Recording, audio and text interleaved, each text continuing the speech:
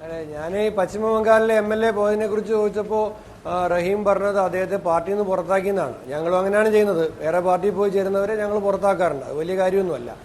രണ്ടാമത്തെ കാര്യം, ഞാൻ ഏതെങ്കിലും CPM നേതാവിനെ എവിടെയെങ്കിലും നേരിട്ടോ ചാനലിലോ കാണുമ്പോൾ ചോദിക്കണമെന്ന് ആഗ്രഹിച്ചൊരു ചോദ്യം റഹീമിനോട് ഇന്ന് ഈ മാതൃഭൂമിയുടെ ഒരു അവസരത്തിൽ ചോദിക്കാൻ ആഗ്രഹിക്കുകയാണ്.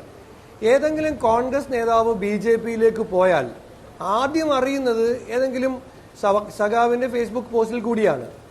ഏതെങ്കിലും ഒരു കോൺഗ്രസ് നേതാവ് ചെറുതാകട്ടെ വലുതാകട്ടെ BJPയിലെങ്ങാനും പോയി കഴിഞ്ഞാൽ കിരീടം സിനിമയിലെ കൊച്ചിൻ അനീഫയുടെ വോട്ട് കിരിക്കാടൻ ചത്തേ എന്ന് പറയുന്ന പോലെ കോൺഗ്രസ്സുകാർ BJP പോയെന്ന് പറഞ്ഞിട്ട് വലിയ ആഹ്ലാദ പ്രകടനമാണ്.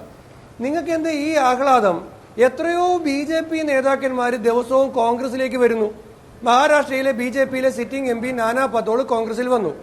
ഉത്തർപ്രദേശിലെ BJPയിലെ സിറ്റിംഗ് MP സാവിത്രിബായി ഫുലെ കോൺഗ്രസിൽ വന്നു. ബീഹാറിലെ BJPയുടെ സിറ്റിംഗ് MP കീർത്തി ആസാദ് കോൺഗ്രസിലേക്ക് വരുന്നു. BJPയുടെ സിറ്റിംഗ് MP ശത്രുഘ്നൻ സിൻഹ കോൺഗ്രസിലേക്ക് വരുന്നു. നാഗ്പൂരിലെ BJPയുടെ MLA ദേശ്മുഖ് കോൺഗ്രസിലേക്ക് വരുന്നു. അരുണാചൽ പ്രദേശിലെ ആഭ്യന്തരമന്ത്രിയായിരുന്ന BJP നേതാവ് 7 MLAമാരും കോൺഗ്രസിലേക്ക് വരുന്നു. ഈ കോൺഗ്രസ്സുകാർ BJPയിലേക്ക് പോകുമ്പോൾ ഈ ആഹ്ലാദം പ്രകടിപ്പിക്കുന്ന നിങ്ങൾ എന്തേ ദുർബലമാകുമ്പോൾ മതേതര പാർട്ടികളിലേക്ക് ഒരുപാട് കാലം കാത്തിരുന്ന BJPക്കാർ വരുമ്പോൾ നിങ്ങൾ എന്തേ ഈ ആഹ്ലാദം കാണാത്തത്? റഹീം പറയാത്തത് BJPയുടെ സിറ്റിംഗ് കോൺഗ്രസിലേക്ക് വരികയാണ്. നിങ്ങൾ എന്തുകൊണ്ട് കാണുന്നില്ല? എന്താ അവർ CPMലേക്ക് വരാത്തത്? എന്താ CPMൽ വരാത്തത്? ഒരു BJP MPയും എന്താ CPMൽ വരാത്തത്? എന്താ പ്രസക്തിയുള്ളത്? ഞാൻ ചോദിക്കുന്നത് മറുപടി കേൾക്കാൻ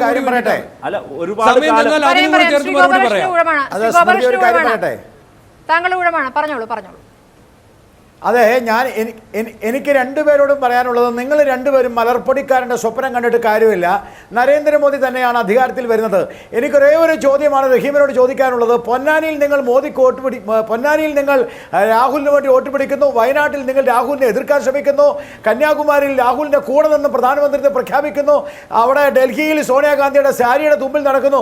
എന്ത് രാഷ്ട്രീയ സഹായം നിങ്ങളുടെ രാഷ്ട്രീയം എന്താണെന്ന് നിങ്ങൾ തുറന്നു പറ. അതേപോലെ എനിക്ക് പറയാനുള്ളത് ബഹുമാനപ്പെട്ട വിഷ്ണുവിനോടാണ്. വിഷ്ണു, നിങ്ങൾ തലകുത്തി കിടന്ന് പറഞ്ഞാലും ശരി, ഭാരതീയ ജനതാ പാർട്ടി തന്നെ, മോദി തന്നെ പ്രധാനമന്ത്രിയാവും. ഒരു കാര്യം കൂടി പറഞ്ഞ് ഞാൻ നിർത്താം. ഒരു സ്ഥാനാർത്ഥിയെ അപമാനിക്കരുത് മിസ്റ്റർ വിഷ്ണു.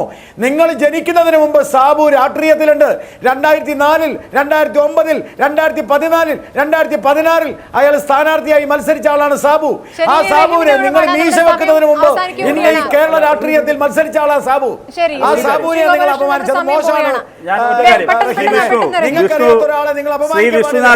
ശ്രീ വിശ്വനാഥ് ഇങ്ങനെ കാത്തിരുന്ന് വെച്ച ചോദ്യമാണല്ലോ. അദ്ദേഹം ചോദിക്കുകയാണ്, BJPയിൽ നിന്ന് മതേതര പാർട്ടികളിലേക്ക് ആളുകൾ വരുന്നുണ്ട് എങ്കിൽ അതൊരു വാർത്തയല്ല, അത് വരണം, അത് വരേണ്ടതാണ്.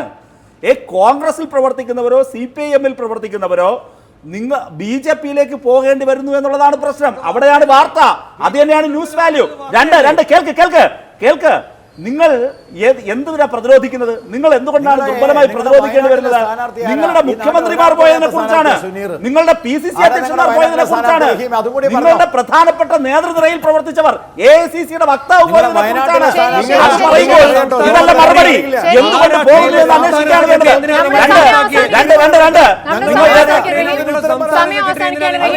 കേരളത്തിന്റെ തിരഞ്ഞെടുപ്പ് ചിത്രം